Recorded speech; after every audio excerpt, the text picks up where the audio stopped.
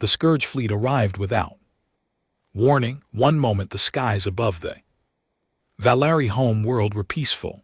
The next they were filled with darkness. Zaral watched from her family's estate as hundreds of enemy ships descended.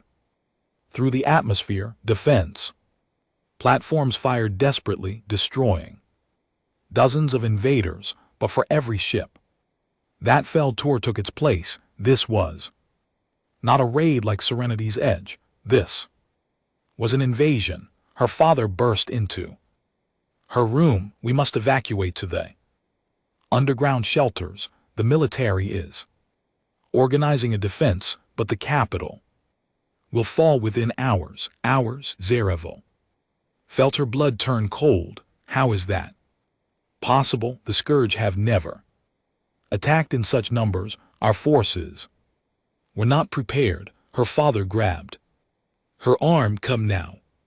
They fled through streets filled with chaos. Balari citizens ran in every direction, screaming, crying, searching for loved ones. Buildings burned, bodies lay in the roads. The beautiful crystal towers that had stood for 10,000 years crumbled under Scourge bombardment. The shelters were deep beneath the city, carved into the bedrock during ancient wars. Thousands of civilians crowded into the tunnels, pressing together in fear. Zarevo found a corner and sat with her family, listening to the distant sounds of destruction above. For 3 days they waited. Food ran low, water was rationed, children cried constantly.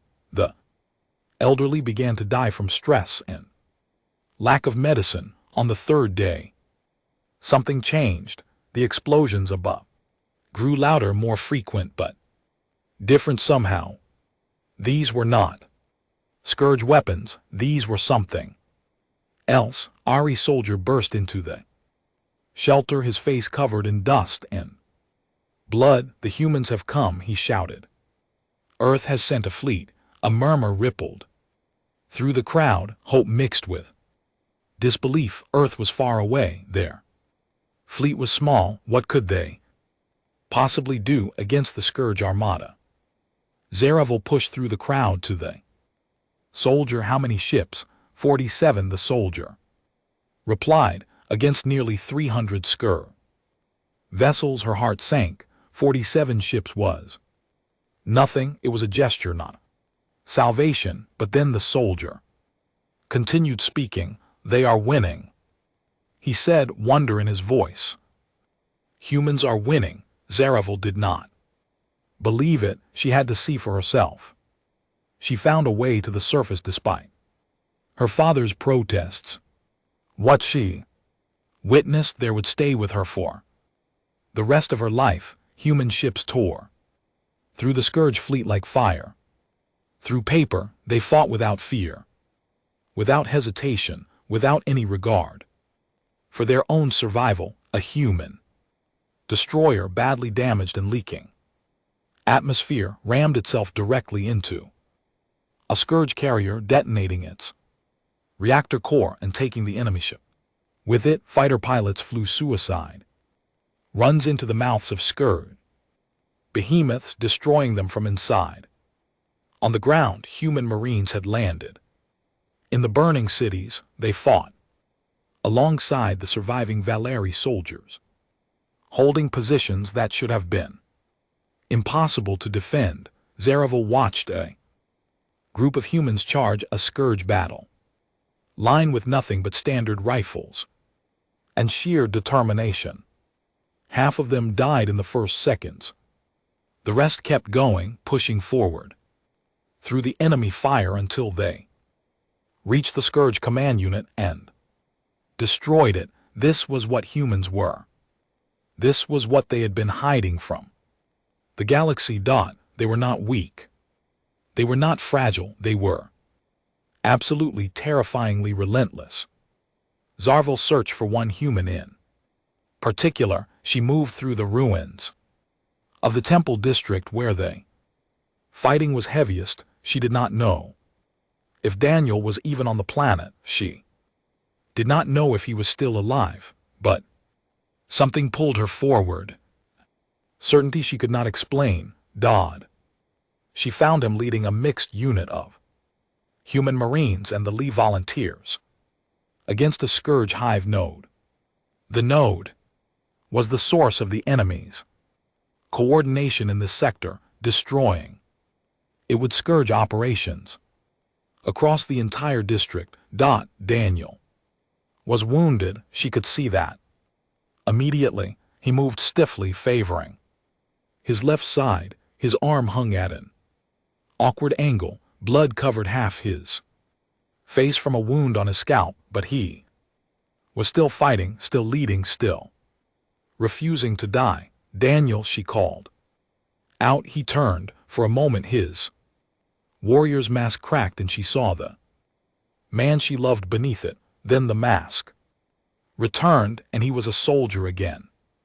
Zaravel, what are you doing here? You need to get to safety. I came to find you. This is a war zone. You could be killed. Then I will die with you. Something shifted in his eyes. The mask slipped again just for a moment, then he nodded.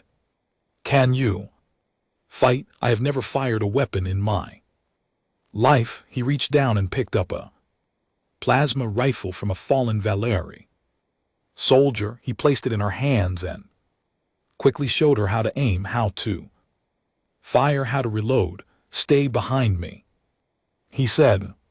Shoot anything that isn't human or Valeri and do not die. That is an order. Despite everything, despite the horror surrounding them, Zaravel felt herself smile. I do not take orders from you. Then consider it a request from your husband. They fought together through the ruins. Daniel led the charge while Zaravel provided covering fire from behind. She was a terrible shot at first, missing more often than she hit. But she improved with each engagement. Fear became focus, panic became determination. The battle for the hive node lasted 4 hours. They lost half their unit. The survivors were exhausted, wounded, running low on ammunition, but they reached the node and destroyed it. When it was over, Daniel collapsed against a broken wall. His breathing was ragged. His wounds had reopened. Zaravel knelt beside him and took his hand. You came back, he whispered. You are my husband, she replied. Where else would I be? He laughed weakly. Blood bubbled at the corner of his mouth. I thought you hated me. I thought I did too, she pressed her forehead against his. I was wrong. Medical teams arrived to evacuate the wounded. Zaravel refused to leave. Daniel sighed. She held his hand as they carried him to a field hospital. She sat beside his bed while doctors worked to save his life. The war continued around them. More battles, more deaths, more cities burned, but in that small hospital tent, Zaravel found peace. She had married a warrior, a killer, a man forged in secret programs and hidden wars, but he was also the man who made her laugh, who learned her language, who loved her so completely that he had betrayed his own mission rather than hurt her. Both truths existed at once, the monster and the gentle soul, the weapon and the husband, and she loved all of him. When Daniel finally woke 3 days later, Zaravel was still there. She had not slept. She had barely eaten, but she had not left. You stayed, he said, his voice weak. I stayed, she confirmed. Why? She leaned down and kissed his forehead softly. Because I finally understand what you are, she said. And I am not afraid anymore. The war lasted 3 years. It was the bloodiest conflict the galaxy had seen in centuries. The Scourge threw everything they had at the coalition of species that formed to oppose them. Worlds burned, billions died. There were moments when it seemed like all would be lost, but humanity refused to break. They fought with a ferocity that shocked the galaxy, species that had dismissed humans as weak and primitive watched in disbelief as Earth forces held lines that should have been impossible to hold. Human soldiers died by the thousands, but for everyone that fell, two more took their place. The Valari fought alongside them.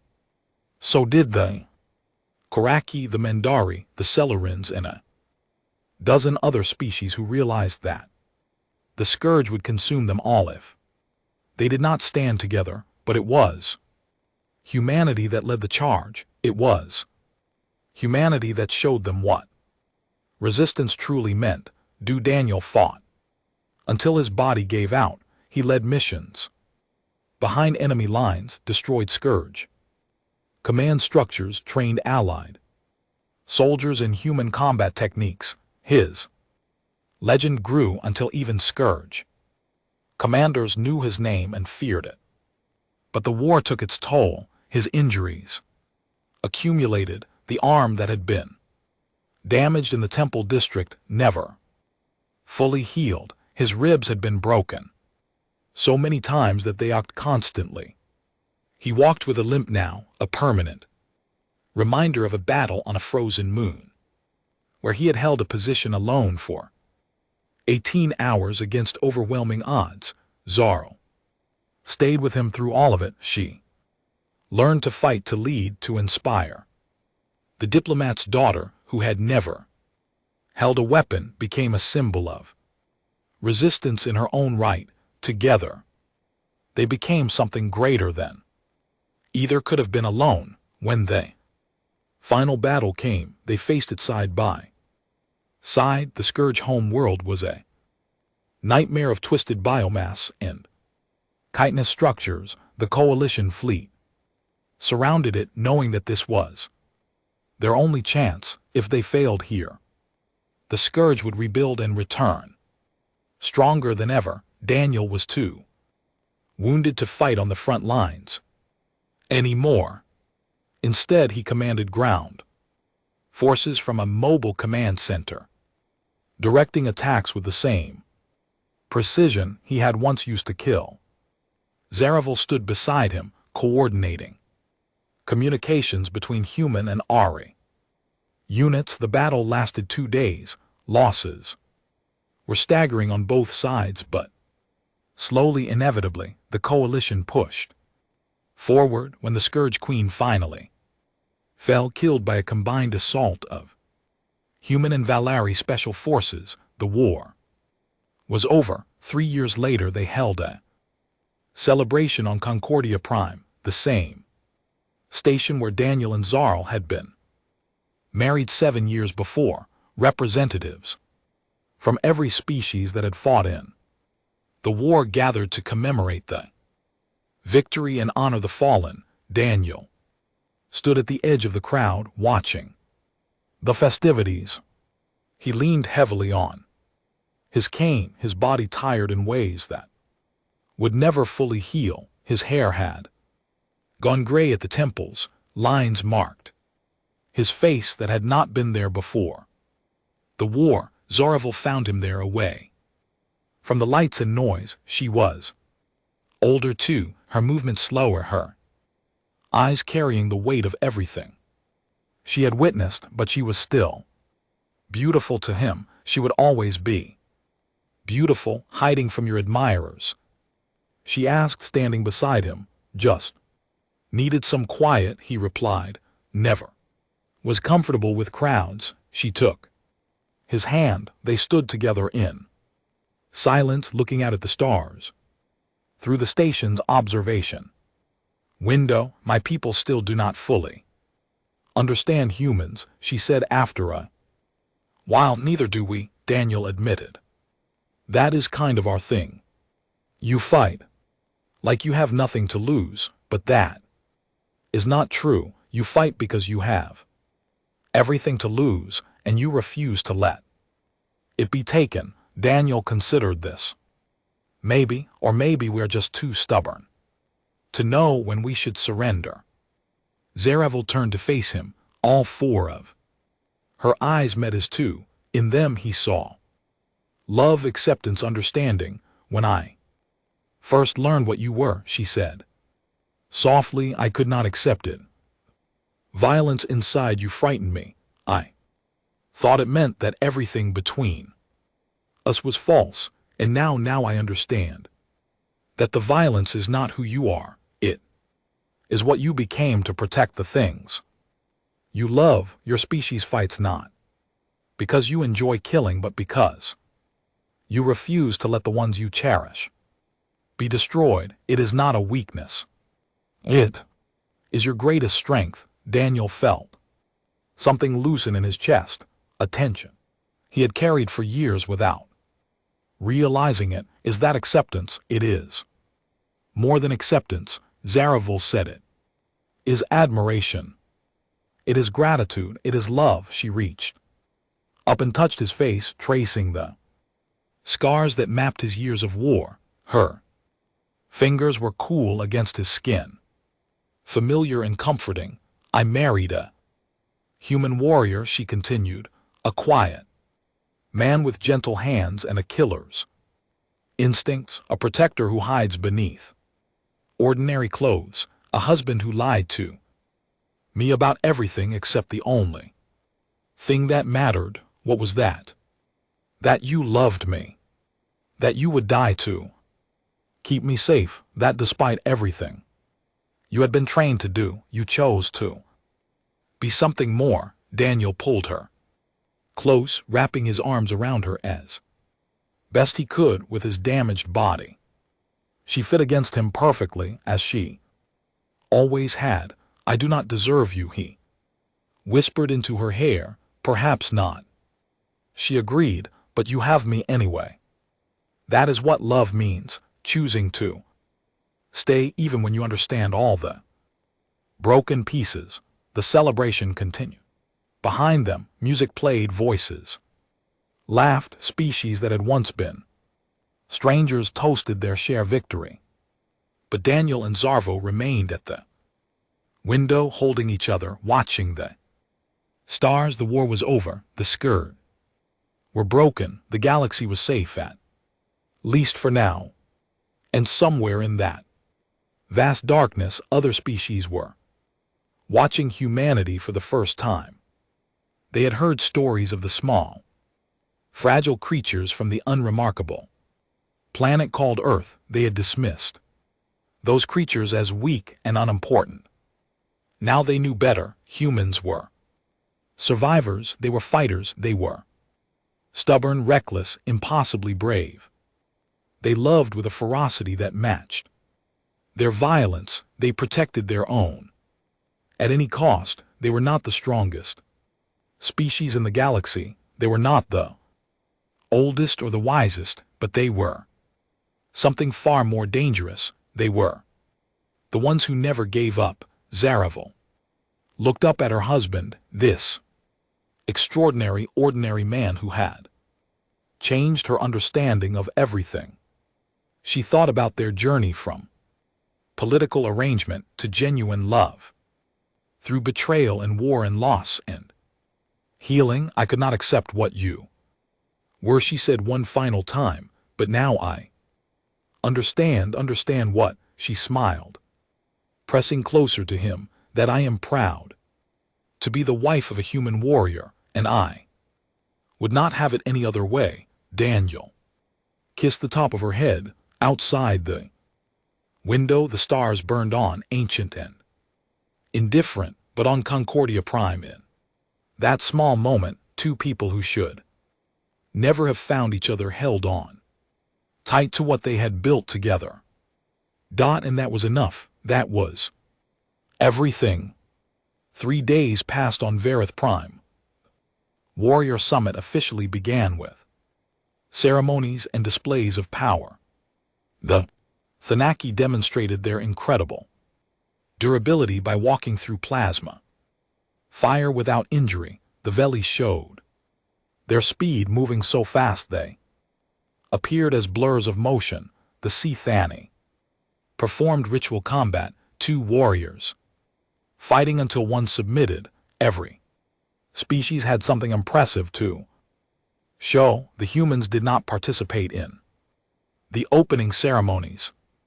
They stayed on deck 47 in their small training room doing the same strain things they had done since arriving.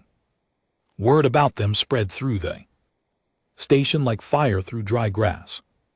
Warriors from every species found excuses to visit the lower decks. They wanted to see the humans for themselves.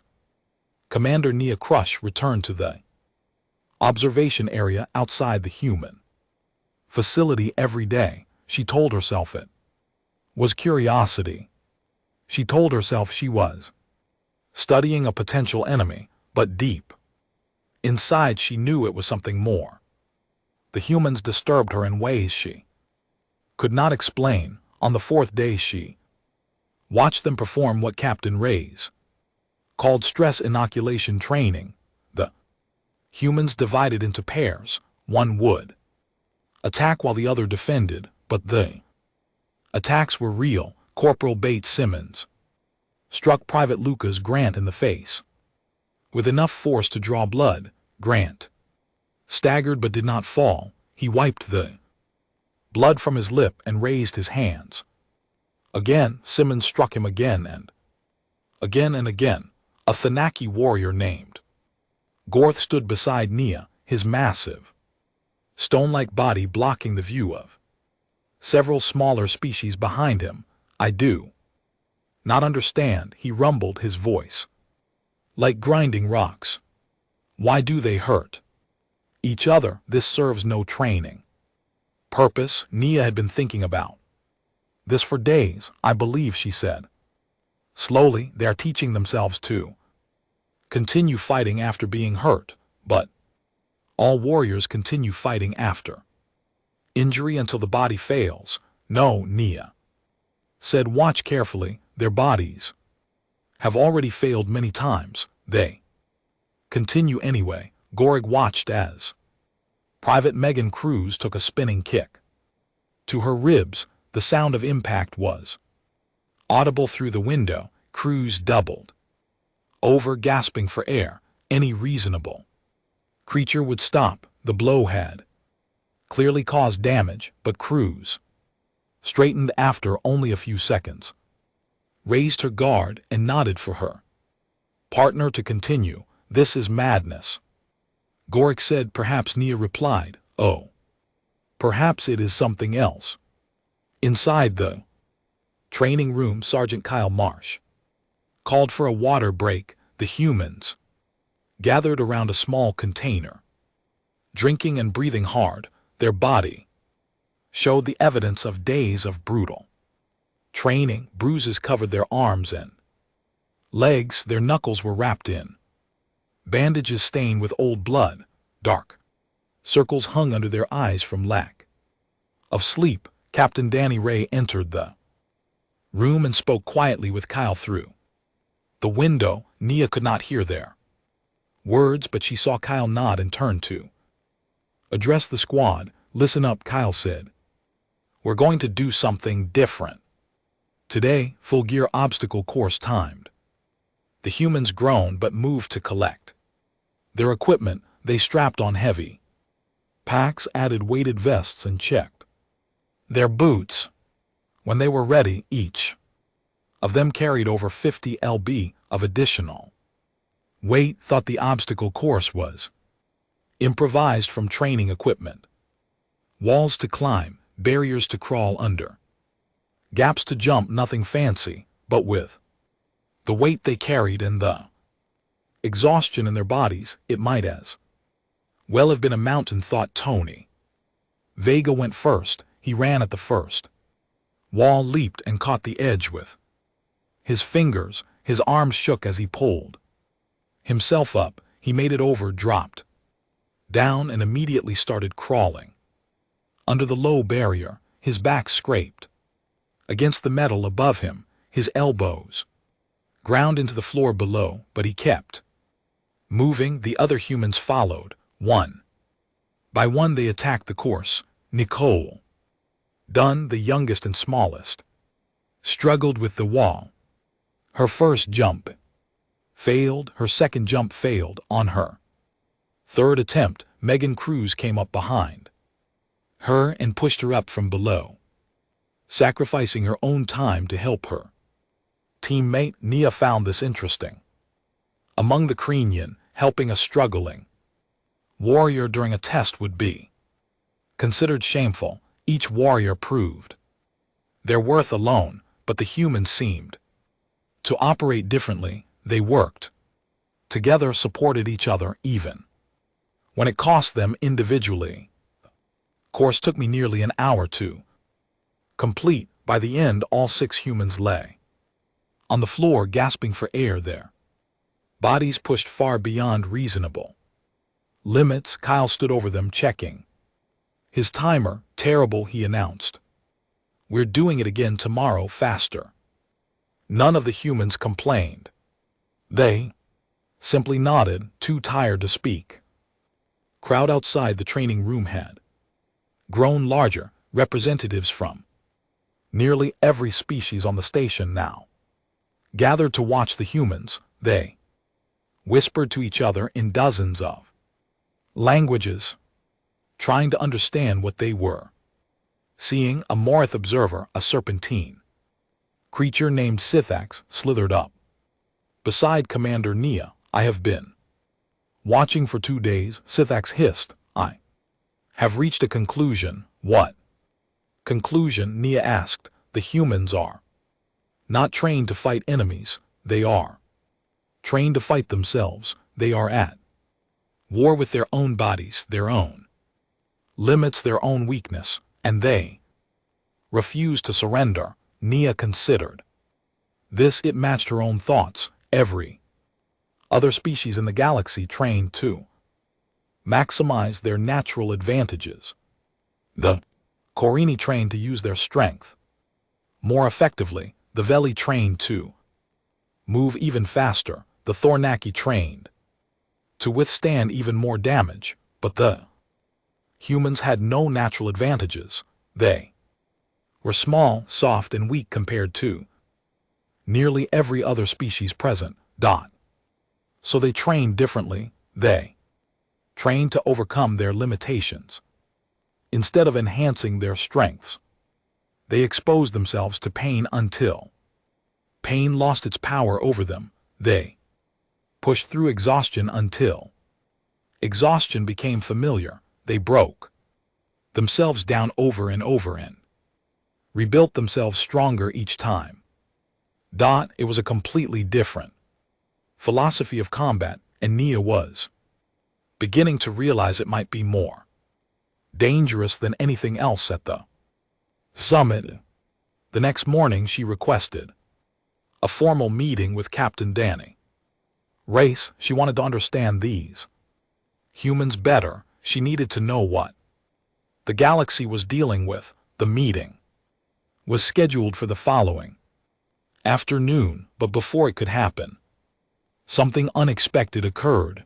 The Coalition Council issued an announcement. They had received numerous requests from various species to observe human training methods more closely. In response, they invited the human delegation to give a formal demonstration in the main arena.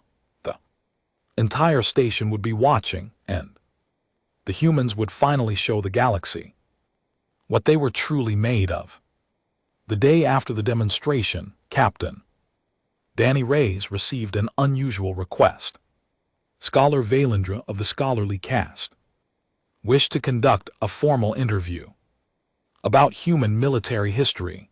The interview would be broadcast to the entire station. Representatives from every species wanted to understand where humans came from and how they had developed their strange approach to warfare. Danny agreed. He brought Lucas Grant with him to help explain, as Lucas had studied human history extensively before joining the military. The interview took place in a large hall.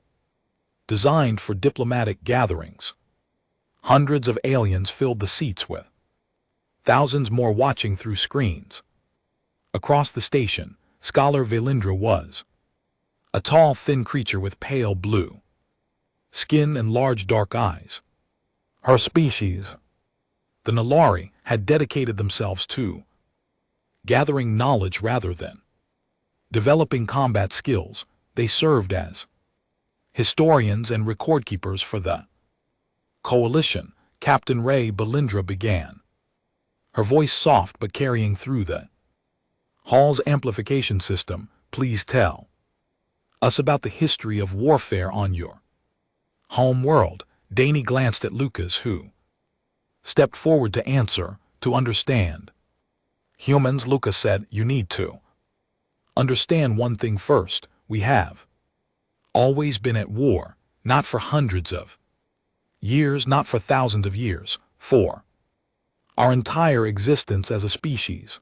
The audience stirred with interest. Lucas continued, humans developed warfare before we developed writing, before we built cities, before we created art. We were fighting each other while we still lived in caves.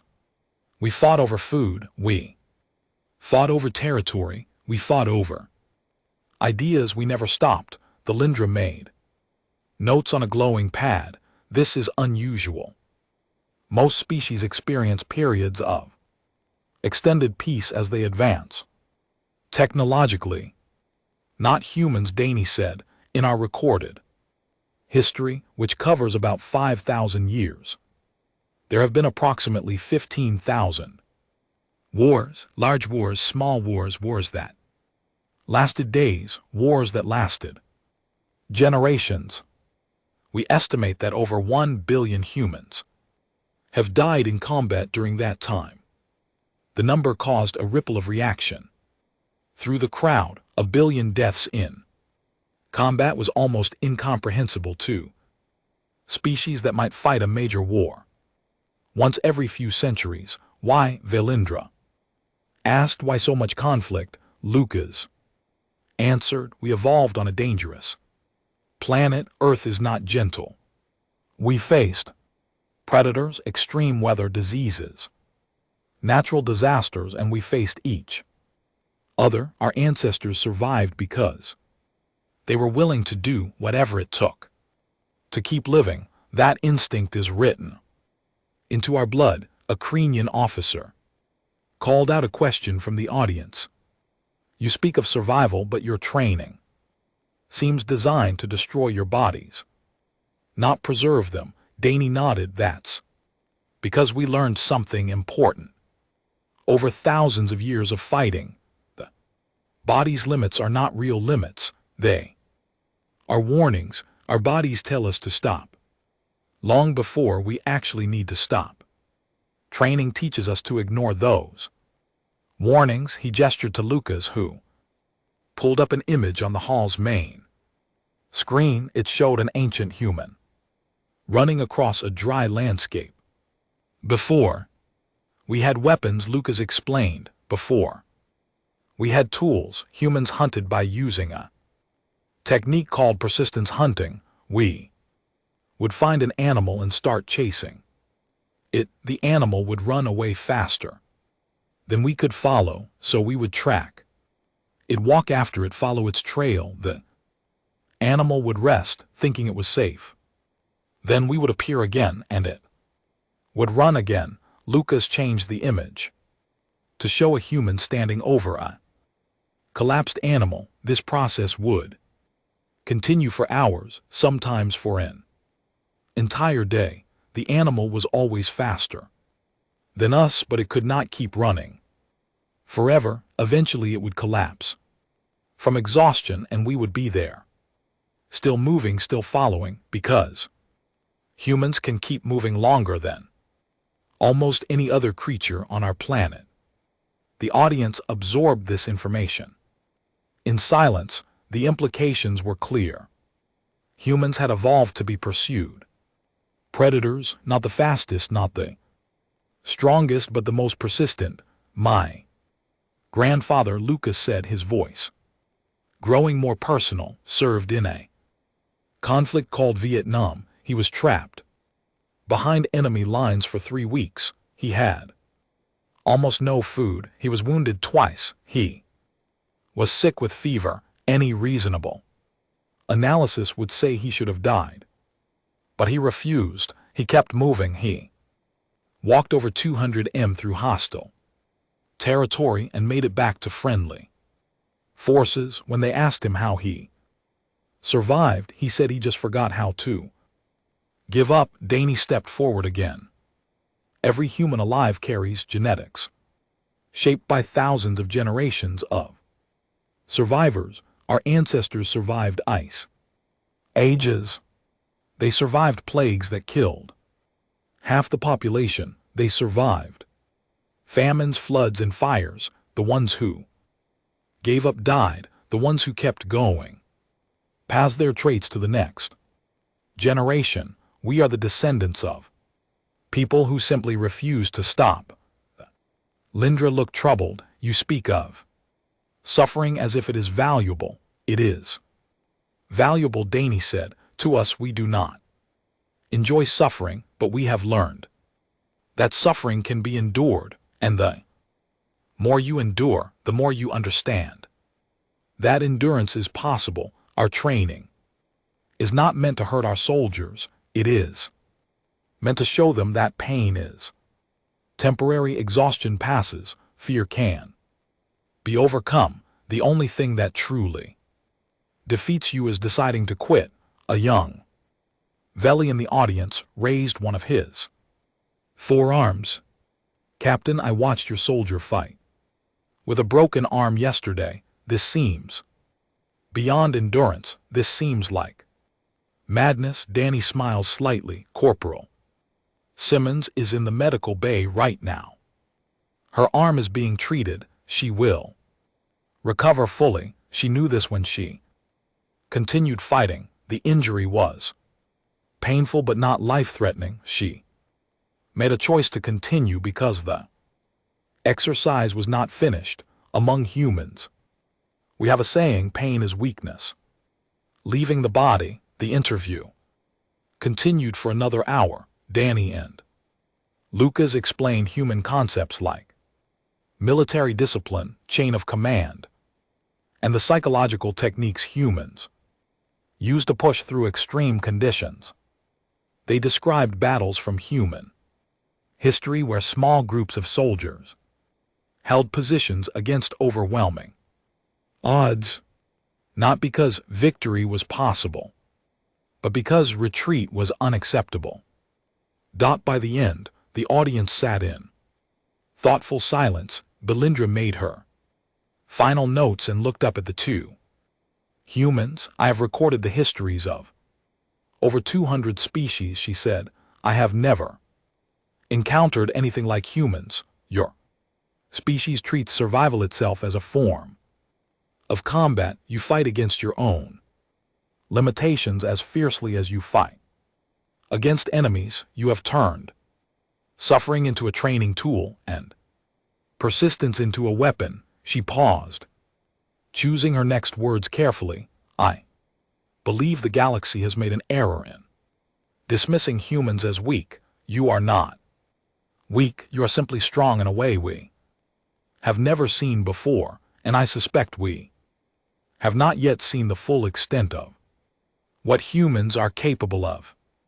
Danny accepted the compliment with a simple nod. We are still learning ourselves, he said. Humans have only been traveling among the stars for a short time. We have a lot left to discover. But one thing will never change. Whatever challenges we face, whatever enemies we encounter, whatever obstacles appear in our path, we will not stop. We do not know how the interview ended. The screens went dark, but the conversations had only begun. Across the station, in private meetings and public gatherings, the warriors of the galaxy discussed what they had learned about humanity, and many of them for the first time began to wonder if they had been wrong about which species were truly the most dangerous. The final day of the Warrior Summit arrived with great ceremony. The Tournament of Champions would determine which species could claim the title of greatest warriors in the galaxy. Each delegation selected their finest fighter to compete in ritual combat. The winner would bring honor to their entire species for the next year. The Crethani selected a massive warrior named Vrock, who had won 17 consecutive death matches. The Veli chose their fastest champion, a blur of kitten and blades, named Quill. The Thranaki sent Gorthik, himself the living mountain who had never been knocked down in combat. Species after species presented their champions when the announcer called for the human delegation to present their fighter. Captain Danny Reyes stepped forward. The arena fell quiet with anticipation. After everything they had witnessed, everyone wanted to see what human champion would enter the tournament. The human delegation respectfully declines to participate, Danny announced. Murmurs of confusion spread through the crowd.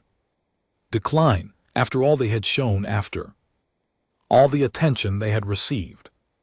Danny continued, "We have no warriors worthy of this honor. We are soldiers. We train together. We fight together. We do not have champions. We have a team." Some in the crowd seemed disappointed. Others seemed to understand. The humans had shown them something different from individual glory. They had shown them collective endurance. Tournament proceeded without human participation. The battles were impressive. Vrock tore through 3 opponents before facing Gorthik in the final round. The Gremmy and Thornaki clashed for nearly an hour before Vrock finally managed to find a weakness in Gorthik's silicon body and force a submission. The crowd roared with approval. The Crethani had won again, but the celebration was cut short by an alarm that suddenly screamed through the entire station. Red lights flashed everywhere. The station's emergency system announced a critical failure in reactor core 7. A massive explosion had caused a breach in the lower sections. Over 200 beings were trapped in the sealed area that was rapidly filling with lethal radiation. Emergency teams scrambled to respond, but they quickly faced an impossible problem. The radiation levels in the damaged section were too high. Any species that entered would receive a fatal dose within minutes. The trapped beings would die before rescuers could reach them. Commander Nia Crash stood in the emergency command center, watching the situation unfold on multiple screens. Her claws dug into the console. In frustration, the Krenian could withstand more radiation than most species, but not enough. The Thornaki were too large to fit through the damaged corridors. The Veli were too vulnerable to radiation. Every option led to the same conclusion. The trapped beings could not be saved. "There has to be something we can do," she growled. Voice came from behind her. "There is." She turned to find Captain Danny Reyes and his squad standing in the doorway. All 6 humans wore their basic training clothes. They carried no special equipment.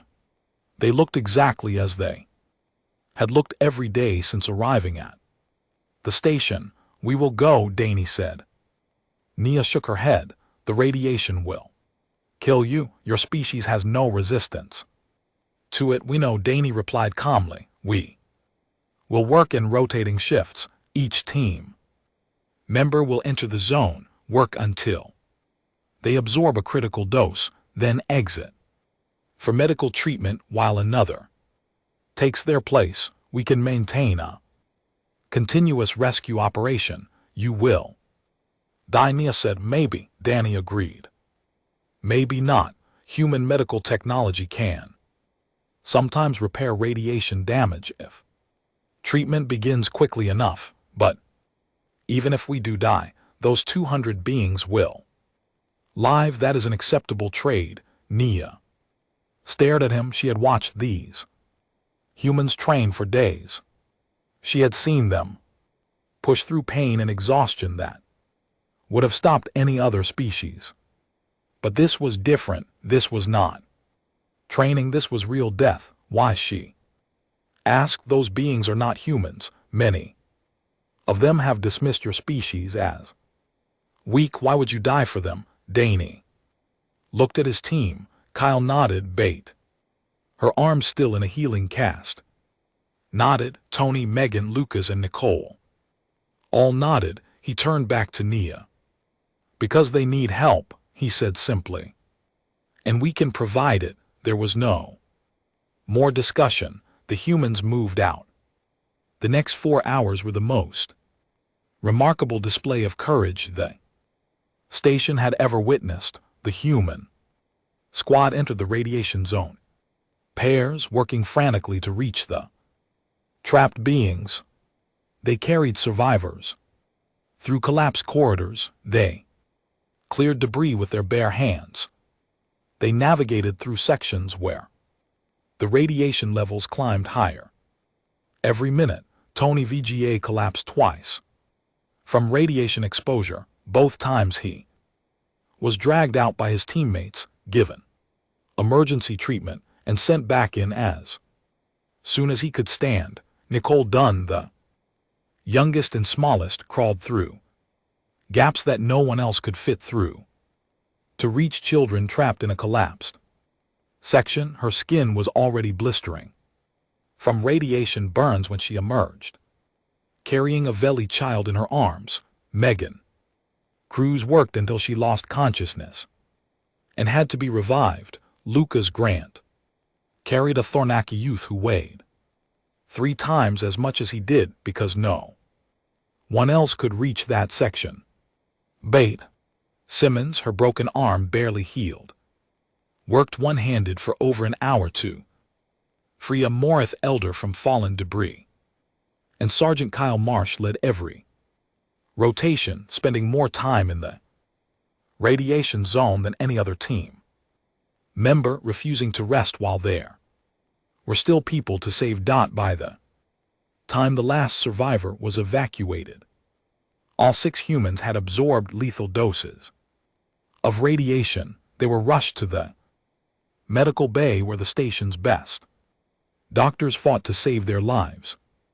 3 of them, Nicole, Tony, and Lucas, technically died on the operating tables. Their hearts stopped. Their brains showed no activity. By every medical standard, they were dead. But human bodies do not give up easily. The doctors kept working, and one by one, all 3 were revived. Commander Nyack visited the medical bay the next day.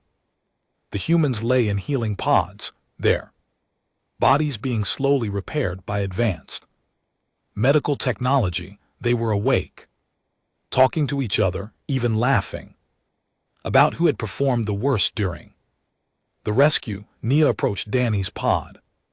He looked terrible. His skin was red and peeling. His eyes were bloodshot. He had aged 10 years in a single day, but he smiled when he saw her. Commander, he said, come to check on us. I came to understand, Nia replied. You merely died, all of you, for species that are not your own, for beings who look down on you. I have to know why. Danny was quiet for a moment. His voice was weak. When he finally spoke, he kept asking, what makes humans strong? It is not our bodies. It is not our weapons. It is not our technology. It is something simpler than that. He turned his head to look at her directly. We decided a long time ago that giving up is not an option. When things are hard, we push through. When Things seem impossible, we push through. When our bodies fail and our minds break, and everything tells us to stop, we push through because that is who we are. That is what we evolved to be. We are the species that does not know how to quit.